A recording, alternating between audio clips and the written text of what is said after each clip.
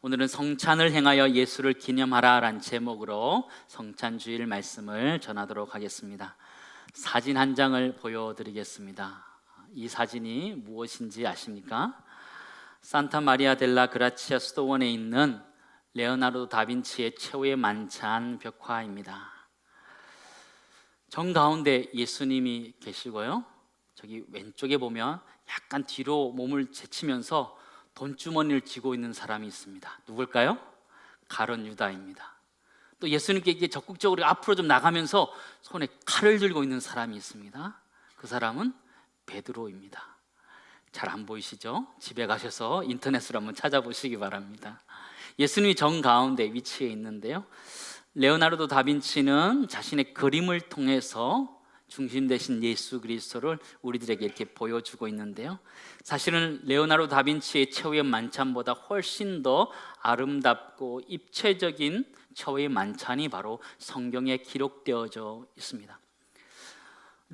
최후의 만찬이 기록된 성경 구절은 네 구절이 있는데요, 마태복음 26장에 있고 마가복음 14장에 있고 또 우리가 읽었던 누가복음 22장에 있고 고린도전서 11장에 이 만찬이 기록되어져 있습니다.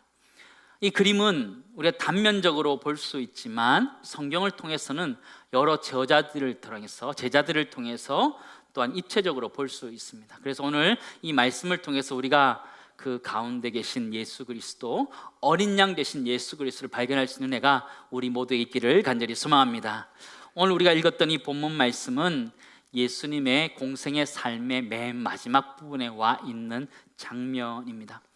마지막 부분에 와 있다라는 것은 유언과 같다라는 것들을 우리는 잘 알게 됩니다.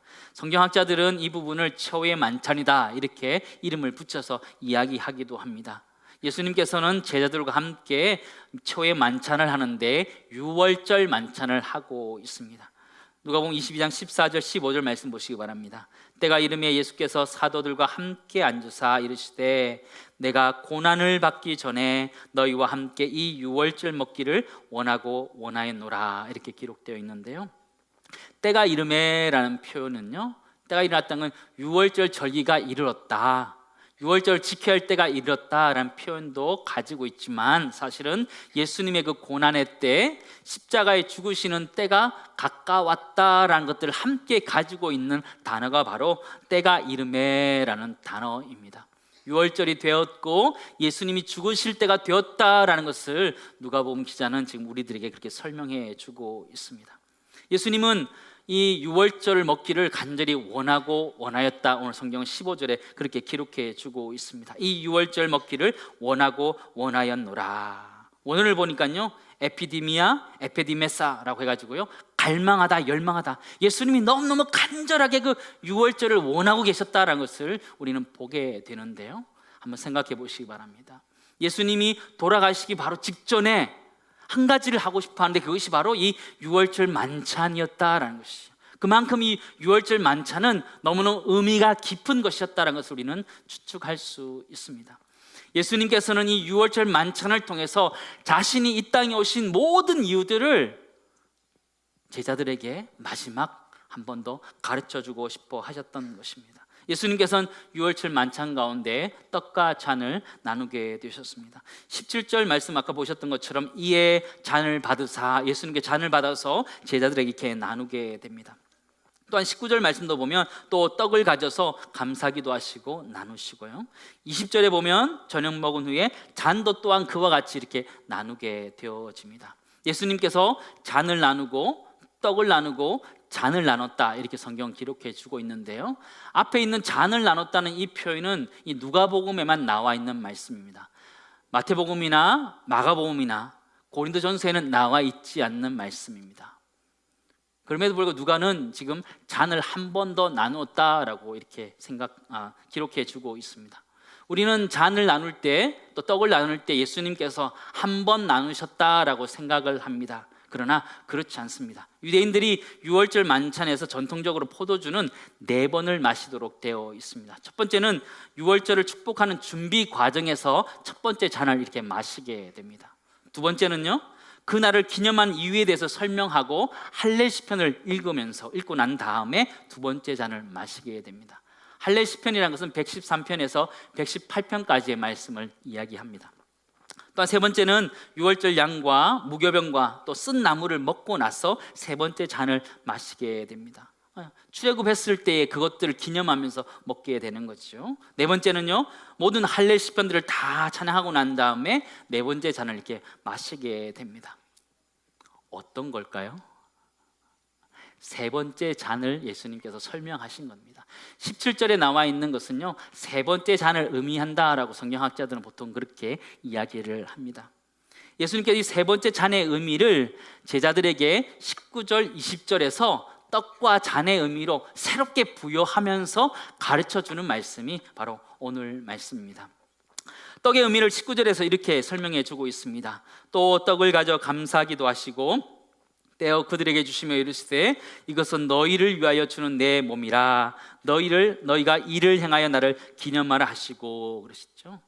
떡의 의미가 무엇이냐면 우리를 위하여 주시는 예수님의 몸이다라는 것이죠.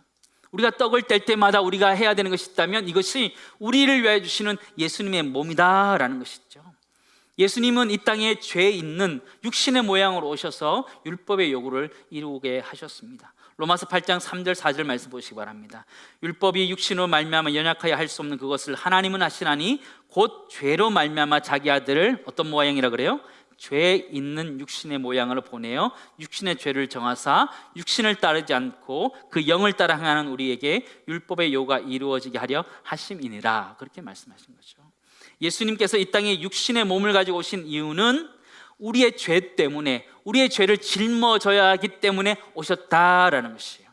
우리의 죄를 짊어지신다 그러니까요, 예수님께서 그냥 짊어지신다 이렇게 생각할 수 있어요. 그러나 그런 게 아니에요.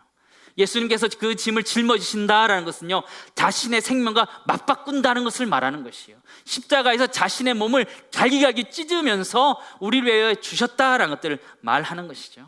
신학적인 용어로 대속이라고 표현합니다. 우리를 위해서 대신 갚아주시는 것, 그것을 이야기하는 것이죠. 그는 우리를 위한 대속물로 이 땅에 오셨습니다. 마태복음 20장 28절 말씀 보시기 바랍니다. 인자가 온 것은 섬김을 받으려 함이 아니라 도리어 섬기려 하고 자기 목숨을 많은 사람의 뭘로 준다 그래요?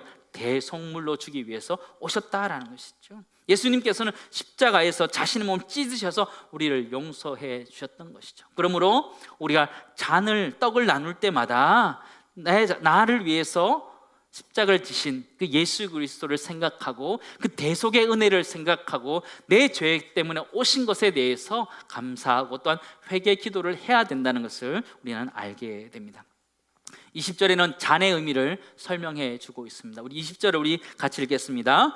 저녁 먹은 후에 잔도 그와 같이 하여 이르시되 이 잔은 내 피로 세우는 새 언약이니 곧 너희를 위하여 붓는 것이라. 잔의 의미가 무엇이냐면 잔의 의미는 예수의 피로 세운 우리를 위한 새로운 언약이라는 거예요. 새로운 언약을 우리들에게 예수님의 생명을 통하여 우리에게 주셨다라는 것이 우리가 잔을 나누는 의미다라는 것이지요. 그러면 옛 언약은 무엇일까요? 옛 언약은 아브라함과 약속했던 언약, 또한 모세와 약속했던 언약입니다. 모세와 약속했던 언약이 무엇이냐면 대표적인 것이 너에게 복을 주겠다는 약속인 거죠. 모세와의 언약의 핵심적인 것이 무엇이냐면 피 흘림이 없으면 사함이 없다는 것들을 가르쳐 주는 것이 모세 언약의 핵심이었습니다. 그러나 동물의 피로 우리가 용서받을 수 없다는 것을 너무나 잘 알고 있죠. 그래서 하나님께서는 예수 그리스도의 그 피를 통하여 새 언약을 우리에게 주셨다라고 말하고 있는 것입니다. 히브리서 10장 19절 말씀 보시기 바랍니다. 그러면 형제들아 우리가 예수의 피를 힘입어 성소에 들어갈 담력을 얻었나니, 우리가 예수의 피 때문에 힘입어서 성소에 들어갈 담력을 얻었다라는 거예요. 성소에 들어갈 담력을 얻었다 그러니까 그냥 용기가 생겼나 보다 이렇게 생각하는데 그게 아니고, 하나님 앞에 들어갈 사람이 아무도 없었는데 예수님 우리를 위해 죽어주심으로 인하여 우리가 하나님 앞에 나아갈 수 있는, 하나님 앞에 떳떳하게 하나님 앞에 은혜로 나아갈 수 있는 존재가 되었다라는 것을 말하는 것이죠. 그것은 또한 우리가 하나님의 자녀가 되었다는 의미를 함께 가지고 있습니다. 히브리서 9장 15절 말씀 보시기 바랍니다. 우리 같이 읽겠습니다. 이로 말미암아 그는 새 언약의 중보자이시니 이는 첫 언약 때에 범한 죄에서 속량하려고 죽으사 부르심을 입은 자로 하여금 영원한 기업의 약속을 얻게 하려 하심이니라. 아멘. 아멘. 영원한 기업의 약속, 하나님의 백성 되는 것이 그 의미다라는 것이죠. 이러한 잔의 의미라는 것은요, 우리가 그 잔을 나누면서 우리가 하나님의 자녀됨을 다시 한번 깨닫고 회복하는 것이 잔을 나누는 것이다라는 의미를 가지고 있습니다. 이 예수님은 우리들에게 그 새로운 언약을 맺어주신 것입니다. 그러나 사람과 맺은 언약과는 완전히 다른 차원이지요. 누가복음 22장 4절 5절 보면요, 유다가 맺은 언약이 하나 나와 있습니다. 한번 보시기 바랍니다. 제가 읽어드리겠습니다. 이에 유다가 대제사장들과 성전 경비 대장들에게 가서 예수를 넘겨줄 방도를 의논하매 그들이 기뻐하여 돈을 주기로 뭐 했다 그래요? 언약하였다, 약속했다라는 거예요. 가룟 유다가 이 대제사장들과 경비 대장들에게 이게 약속하는 거예요. 예수님을 죽이기로 약속하는 것이죠. 이 가룟 유다의 언약은 사람을 죽이는 언약이었는데요, 예수님의 언약은 우리를 살리는 언약이 되신 줄 믿습니다. 그 은혜로 우리가 살아난 것이죠. 유다의 언약은 죽이는 언약이고, 예수님께서 우리에게 주시는 언약은 살리는 언약이고, 그 은혜로 우리가 살아있는 것이죠. 떡과 잔은 예수님의 몸과 피를 의미하고요, 그 예수님의 몸과 피를 통해서 우리가 죄 사함 받고 또 하나님의 자녀가란 것을 다시 한번 회복하는 것이 성찬의 의미입니다. 저는 이 말씀을 준비하면서 성찬이, 예수님께 생각했던 이 성찬이란 것은 과거에 있었던 출애굽기의 유월절 사건을 근거로 하는 것이 최후의 만찬입니다. 근데 가만히 이제 묵상해 보니까요, 이게 과거의 출애굽 사건의 최후의 만찬이 하나 있고, 예수님의 최후의 만찬이 하나 있고, 나중에 최후에 있을 하나님 나라에서 이루어질 만찬이, 최후의 만찬이 하나가 더 있는 거예요. 세 가지 만찬이 있는 거예요. 과거의 만찬이 하나 있고, 지금의 만찬이 하나 있고, 미래의 만찬이 하나 있는 것이에요. 근데 이 미래의 만찬과 이 흘러가는 이 최후의 만찬들의 가장 큰 특징이 하나 있는데, 그 공통점인데 그게 무엇이냐면 그 중심에 어린 양이 있다는 거예요. 어린 양 예수 그리스도가 있다라는 것이죠. 첫 번째, 출애굽 때의 최후의 만찬을 한번 보기 원하는데요, 이스라엘 백성들은 하나님이 애굽에 내리신 10가지 재앙을 통해서 노임을 받게 됩니다. 그것이 10가지 재앙 중에 맨 마지막이 무엇이냐면 장자의 죽음이라는 것이에요. 사람들의 첫째가 죽는 뿐만 아니라 가축들의 첫째도 난 것들을 다 죽게 되는 그 재앙 가운데 이들이 보호함을 받습니다. 어린 양을 잡아서 그 피를 가지고 문 임방과 좌우 설주에, 문설주에 이렇게 바르면 그 피를 보고 넘어간다, 유월한다. 그래서 유월절이라고 하는 거죠. 거기서 유월절 어린 양이 나오는 것이죠. 출애굽기 12장 23절 말씀 보시기 바랍니다. 여호와께서 애굽 사람들에게 재앙을 내리려고 지나가실 때에 문 임방과 좌우 문설주의 피를 보시면 여호와께서 그 문을 넘으시고 멸하는 자들에게 너희 집에 들어가서 너희를 치지 못하게 하실 것임이니라, 그렇게 말한 거예요. 그 유월절 어린 양의 피 때문에 보호받는다라고 말하는 거죠. 과거의 출애굽 때 최후 만찬의 가장 핵심이 무엇이냐면 어린 양, 유월절 어린 양이라고 말하는 것이죠. 두 번째, 예수님께서 하셨던 최후 만찬의 중심에 예수 그리스도가 계십니다. 어린 양이 계시죠. 누가복음 21장 1절 보면요, 유월절이라 하는 무교절이 다가오매 이래 돼 있고요, 7절에도 보면 유월절 양을 잡을 무교절 날이 이른지라, 14절에도 때가 이르매 예수께서 사도들과 함께 앉으사 이렇게 표현하고 있죠. 유월절이 다가온다라는 표현을 계속하고 있어요. 유월절 양을 잡을 무교절 날이 이르렀다라는 표현하고 있죠. 이중적인 의미라는 걸 처음에 말씀드렸습니다. 단순히 유월절을 지키는 의미가 아니라 예수 그리스도가 죽으실 그때가 되었다라는 것을 말하는 것이죠. 예수님께서는 이 최후의 만찬을 통해서 자신이 유월절 어린 양으로서 십자가에 죽어야 되는 것들을 그가 보여주는 것이죠. 요한복음 1장 29절 말씀 보시면 이튿날 요한이 예수께서 자기에게 나오심을 보고 이르되 보라, 세상 죄를 지고 가는 하나님의 어린 양이로다, 그렇죠. 자신이 하나님의 유월절 어린 양 되심을, 그죠, 이 최후의 만찬을 통해서 예수님은 가르쳐 주시는 거죠. 그러므로 예수님의 최후의 만찬은 십자가의 피로 생명 얻음을 우리들에게 이렇게 보여주는 사건입니다. 세 번째, 미래에 있는 하나님 나라에 있는 그 최후의 만찬은 계시록 19장에 기록되어져 있습니다. 그 모습은 어린 양의 혼인잔치의 모습으로 비유되어져 있습니다. 계시록 19장 7절 8절 우리 같이 읽겠습니다. 우리가 즐거워하고 크게 기뻐하며 그의 아내가 자신을 준비하였으므로 그에게 빛나고 깨끗한 세마포 옷을 입도록 허락하였으니 이 세마포 옷은 성도들의 옳은 행실이로다 하더라. 그렇죠. 미래 하나님 나라에서 이루어질 최후의 만찬의 중심이 누구냐면 어린 양 대신 예수 그리스도가 그 중심이다라고 말하는 것이죠. 하나님 나라의 최후의 만찬은 어린 양의 혼인잔치를 통한 생명 누림이 있다는 것을 우리에게 보여주고 있습니다. 한번 정리해 볼까요? 과거에 유월절 어린 양이 있었고 예수님이 최후의 만찬하시면서 자신이 유월절 어린 양 되심을 이야기하고 또 우리가 맨 마지막에 그죠? 하나님 나라에서 누릴 최후의 만찬 가운데 그 유월절 어린 양의 혼인잔치가 기록되어져 있습니다. 이걸 통해 우리가 알 수 있는 것은요, 유월절 어린 양 대신 예수 그리스도가 역사의 중심에 흘러가고 있다는 것을 우리에게 가르쳐주고, 이 유월절이 예수님의 중심 앞에 있다는 것을 우리에게 가르쳐주는 것이죠. 역사의 중심이 되어주시고 우리 삶의 중심이 되어주시는 분이 바로 예수 그리스도라는 것을 우리에게 분명히 말해주고 있는 사건인 줄 믿습니다. 여러분 인생에 어떤 그림을 그리고 계십니까? 여러분 인생이라는 최후의 만찬의 그림 가운데 그 정 가운데 누구를 그리고 있으십니까? 레오나르도 다빈치는 그 중심에 예수 그리스도를 그려내고 있었습니다. 우리가 살아가는 인생날 가운데 우리 인생의 큰 그림이고 최후의 만찬의 그림이라면 여러분 인생의 그림 그 정중앙에 누구를 그려넣기 원하십니까?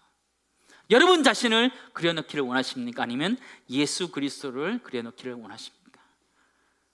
그 가운데 예수 그리스도를 그려넣을 수 있는 우리 인생 될 수 있기를 간절히 소망합니다. 우리 인생이 그렇게 예수님을 중심으로, 중심 되신 예수 그리스도를 중심으로 살아갈 수 있고 신앙생활 할 수 있는 우리가 될 수 있기를 간절히 소망합니다. 우리가 그 어린 양 되신 예수 그리스도 때문에 죄 사함을 받고 하나님의 자녀가 되었음을 기억하면서 떡과 잔을 나누었으면 좋겠고요. 이렇게 떡과 잔을 나누는 개인적인 의미는 사실 우리가 하나님의 자녀로서 다시 받아들여서 죄 용산 받음을 감사드리는 것이 기념하는 것이고요. 공동체적으로는요, 예수 그리스도의 피를 기념하면서 우리 모두가 하나 되었다라는 것을 깨닫는 것이 기념하는 것입니다. 우리 모두가 이 성찬을 통해서 우리 죄가 사함받아서 하나님의 자녀가 되고 또 우리 교회 공동체가 하나라는 것을 깨달아갈 수 있는 귀한 성찬이 될 수 있기를 간절히 소망합니다.